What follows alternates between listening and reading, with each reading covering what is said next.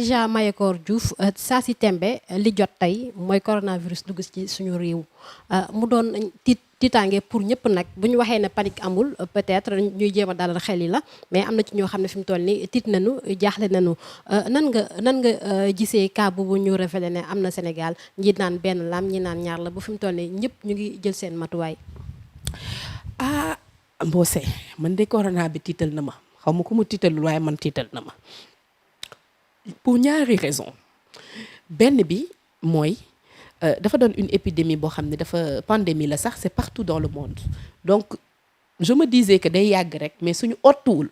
malheureusement dina yegg si Sénégal te tey jii les preuves et les faits ont montré que yegg si na Sénégal maintenant ndax ñun am nañ tey système de santé capacité d'abord balaa système de santé bi fi mu jaar ba agsi négligence bi. et avion la jël débarquer Sénégal. Sur ce coup quand même je vais pas être malhonnête est-ce que c'est une négligence xam nga lu tax tey kuy embarqué jóge France pour ñëw ba Sénégal est-ce que tey mën nga ne nit ki doo embarqué est-ce que les contrôles ne devaient pas se faire à l'étranger avant nit ñi di embarqué balaa ñuy dem ci beneen territoire peut-être quand même si côté boobu je peux dire que c'est pas de leur faute su kooku embarqué ba yegg si Sénégal maintenant man question bi may posé wu mooy le cas là il s'est signalé depuis vendredi d'après ce que j'ai compris un cas qui est signalé depuis vendredi on attend 3 jours pour en parler ñàkk respecter sénégalais yooyu man loolu mooy doon li nga xam ne moo ma dérangé dans un premier temps parce que une épidémie aussi grave aussi contagieuse aussi rapide war a mën a dugg dans un pays comme le Sénégal exposer d'ailleurs d'abord les gens qui sont à l'aéroport les gens avec qui cette personne a voyagé on attend 3 jours pour en parler c'était une volonté manifeste nëbb information bi loo xam ne mënoo ko nëbb loo xam ne tôt ou tard nit ñi danañ ko yëg est-ce que c'était pas plus judicieux ñu wax ko nit ñi mën a jël seen matuwaay dès le début ça c'est un deuxièmement de source sûre li may wax nii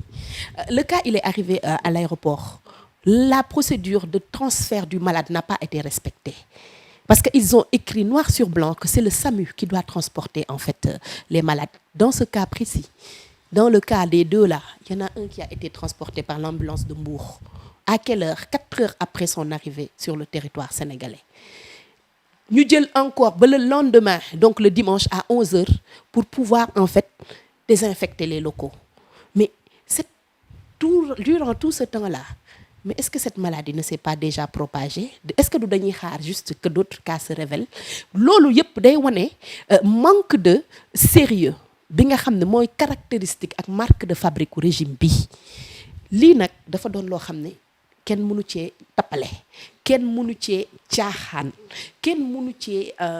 taf yëngal xam nga fii ñu toll ci dëkk bi il est temps qu'on investisse dans un système de santé performant moo gën di investir ci ay projets stériles. mais quand même Macky Sall décaissé na quand même plus d'1 milliard pour ñu mën a gérer li nga xam ne mooy pandémie bi. C'est quoi 1 milliard pour cette pandémie? C'est effet d'annonce encore une fois pour bluffer comme ils ont l'habitude de faire. mais est-ce que wóolu woo est-ce que am nga confiance ci suñu système de santé bi ñi nga xam ne. peur cette peur qui m'habite gëm naa ne moo habité. de la sorte bi ñu géré woon Ebola bi ba Sénégal macha allah est-ce que yaakaaroon ne même système boobu moo fi nekkaat pour gérer li nga xam ne mooy corona bi ñu bañ a tiit comme ni ko autorité bi laajee. en tout cas professeur Eva Marie Coll tey bu fi nekkoon du ma ne du ma ragal de mais j'aurais moins peur parce que quand même c'est une dame qui connaissait le système de santé d'ailleurs elle est spécialisée je crois en maladies infectieuses d'ailleurs ñu ngi koy woo à la rescousse parce que je pense que le ministre de tutelle aujourd'hui de la santé a besoin d'aide parce que il est carrément à la rue la preuve hier conférence de presse mu ñëw def une déclaration dem alors que le moment est grave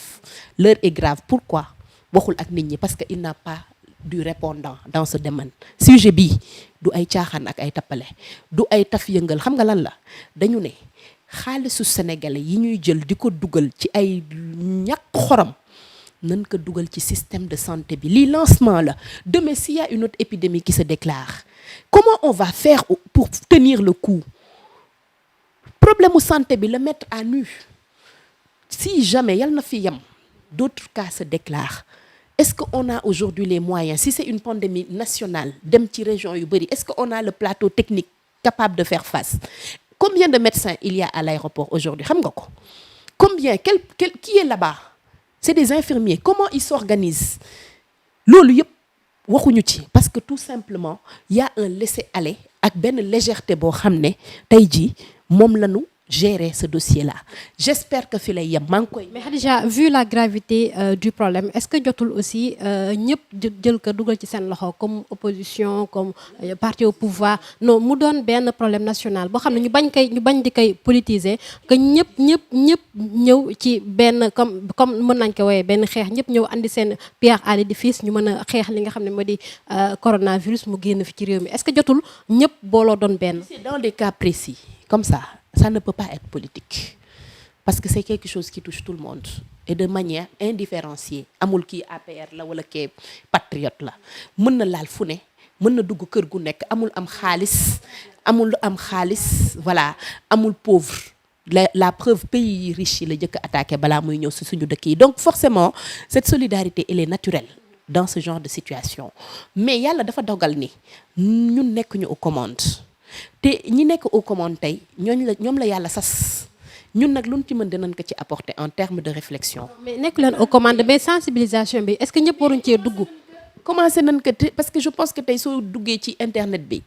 les Sénégalais se sont appropriés le problème kenn ku ci nekk information bu mu ci am mu ngi koy partager ak ay famille wam mu ngi koy partager ak ay xameem mu ngi koy jéem a vulgariser avec les moyens yi mu disposer pour que les gens puissent connaître les premiers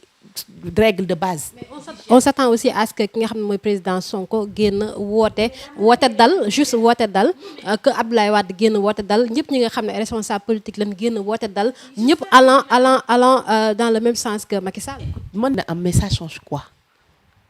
pas grand-chose ñi nga xam ne tey ñoo nekk au devant de la scène ñi nga xam ne ñoom la ñu voteel à 58% tey ñoom ñoo am responsabilité. La responsabilité et les moyens de l'État pour pouvoir apporter une réponse concrète, efficace et efficiente à ce problème. ñun wax la ñu mën te danañ ko def te commencé nañ ko plateau yi ñu invité patriotes yi démb yëpp ils ont parlé d'ailleurs de manière très solidaire parce que sénégalais yi yëpp lay laal on l'a fait hier on va continuer à le faire dans les semaines qui viennent on va en parler dans nos émissions on va en parler dans nos manifestations on va sensibiliser dans nos cellules on va sensibiliser dans nos quartiers mais foofu lan sunu doole yam. En fait c'est ce qu'on attend de vous en fait. On a tenu une réunion hier bon je peux en parler hein, je peux me permettre on a tenu une réunion hier pour commencer à sensibiliser toutes les cellules parce que xam nga cellule dafa doon élément de base ndax moo nekk ci gox yi ak goxaat yi mooy quartier yi pour que toutes les cellules rentrent dans les maisons informent les gens des porte-à-porte des visites à domicile sur cette maladie loolu patriotes yi ñoo ko jël en charge de manière bénévole parce que c'est une idée qui est venue de notre section de la cellule des cadres ñi nga xam ne ñooy occupé wu en fait de la santé et de la protection civile parce que nous on a des commissions donc ñoom ñoo ko proposé et l'information est passée et on fera des porte-à-porte pour sensibiliser les gens sur le lavage des mains comment tousser ne pas laisser affaire bi di dem ni nga couvrir la main ainsi de suite les règles de santé numéro de téléphone yi nga xam ne war nañ ko joxe pour que en cas de personne suspecte ñu mën a def les trucs de manière très rapide loolu on le fait parce que nous on fait la politique autrement mais encore une fois foofu la sunu doole yam sunu mën-mën sunu responsabilité voilà fa la yam maintenant nag ñi fi nekk maa ngi ñaan yàlla mu kàttanal leen dooleel leen parce que nag ay du yam ci boppu borom te lii bu lawee kër yëpp lay dugg musiba lay doon bala lay doon te du épargner kenn donc ñun ñaanuñu yàlla mu doon loo xam ne danañ ci nekk di xiiroo ak ngaayoo maintenant après cette épidémie j'espère que léegi mu jeex bu jàllee bu boobaa nag on pourra faire un bilan et tirer les conclusions nécessaires ndax ça a été bien géré ou pas mais tey de manière très honnête c'est trop prématuré pour avancer sur ça li ñu mën a def mooy poser wu la question à savoir ndax ñun suñu système de santé bu nga xam ne mu ngi à l'agonie mën na supporter une telle pandémie du moins c'est une question légitime je sais que ni ma koy poser woo noonu ngay poser woo cette question d'ailleurs ñoom suñu feebaree duñ fi fajoo ils prennent leur vol ils vont en France pourquoi parce que on n'a pas des plateaux techniques capables de résoudre les problèmes de santé mineurs waxatuma la ak les problèmes de santé majeurs. Quand on parle de l'appareil de chimiothérapie ñu ne benn moo am Sénégal. Quand on parle du problème de dialyse, quand aujourd'hui on voit des gens yi nga xam ne on doit leur changer leur truc de rein là, la dialyse muy coûter des sommes astronomiques. Quand on va voir des femmes yu nga xam ne dañuy dem di accoucher du ñu am lal bu ñu tëdd. Quand on voit des gens yu nga xam ne dañuy dem hôpital, on te demande d'aller même acheter mercurochrome. C'est-à-dire, tu te poses des questions à savoir, est-ce qu'aujourd'hui la santé n'est pas malade? Mais actuellement moom gis nañ ne urgence am na et tous les moyens seront débloqués pour ñu mën a faire face ci li nga xam ne mooy coronavirus. On espère bien. Parce que en 1 mois ou 2 mois on peut relever le plateau technique ba mën a faire face à ce genre de choses. Si gis nga naxante moo fi amul. Gis nga pandémie kenn du xaar ba feebar di soog a faju fagaru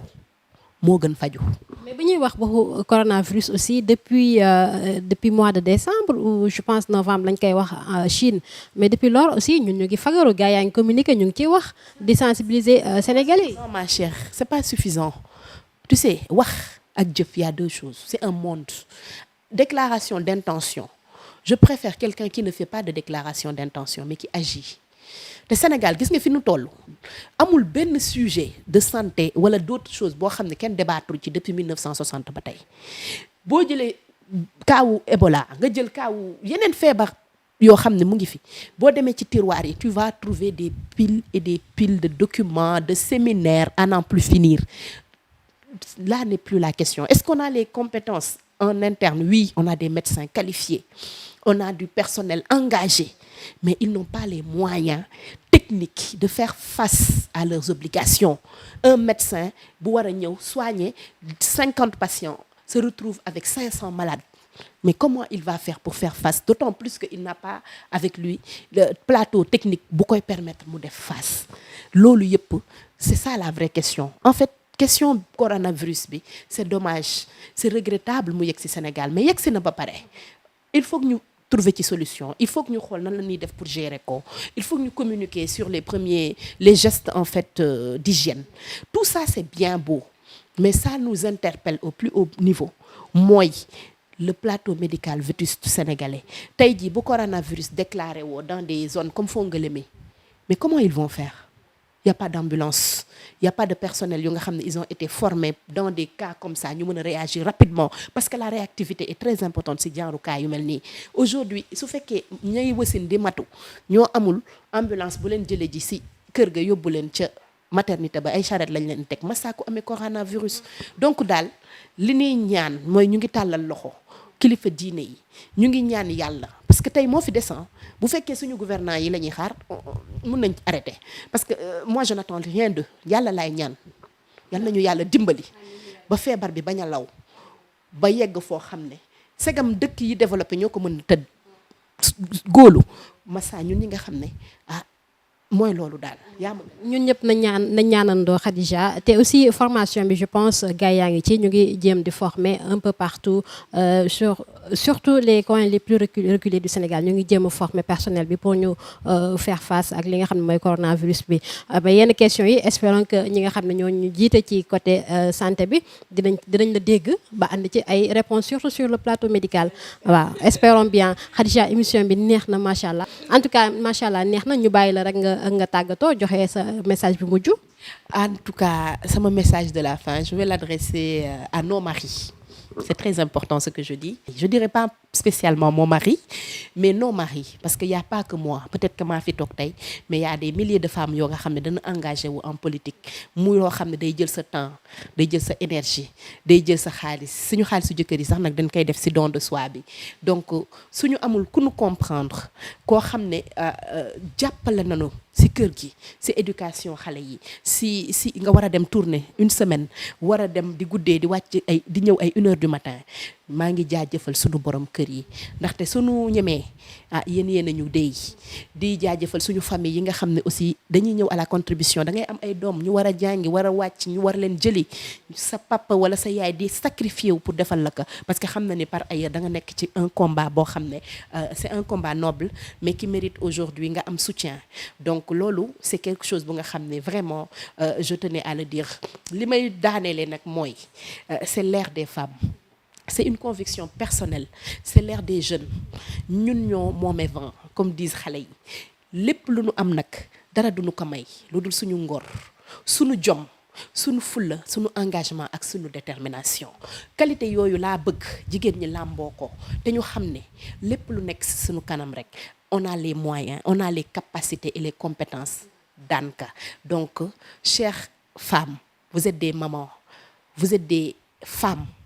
vous êtes des épouses, vous êtes le monde. Il est temps qu'on aille aujourd'hui à l'assaut de ce monde et que nous participions de manière très positive au développement du Sénégal. Parce que éduquer une femme, c'est éduquer une nation. mbokk internet du Sénégal Live dégg ngeen ko tey nag une vraie dame lañ leen andil di Khadija Mayekor Diouf nekk coordinatrice départementale mouvement jigéenu Pastef bu Guédiawaye Khadija en tout cas kontaan nañu ci niñ la fi dalalee ak aussi sa ouverture macha allah waxtaan bi neex na macha allah askan bi aussi j'espère que dinañ recevoir ni leen ko joxee waaw ndax xam nañ ne xol ngay waxee ñu ngi lay remercier du fond du cœur di la remercier vraiment pour patience bi disponibilité bi vraiment di la encourager aussi parce que la communication c'est pas facile donc yéen ngeen def ko métier ngeen am sas boo xam ne nag dafa doon sas bu mag mooy informer juste et à temps donc nga doon tamit jigéen di la souhaiter aussi une très bonne fête de la femme. Merci beaucoup et bonne fête des femmes à toutes les femmes du monde waxuma rek Sénégal mais à toutes les femmes du monde bonne fête à nos mères aussi ñëpp ci biir lañ bokk ndax sul woon ñoom tey duñ fi toog ba ñu woowee suñu bopp ay femmes kon ñu ngi leen di jaajëfal yéen aussi mbokk internet du Sénégal Live di leen jox rendez-vous beneen yoon incha allah.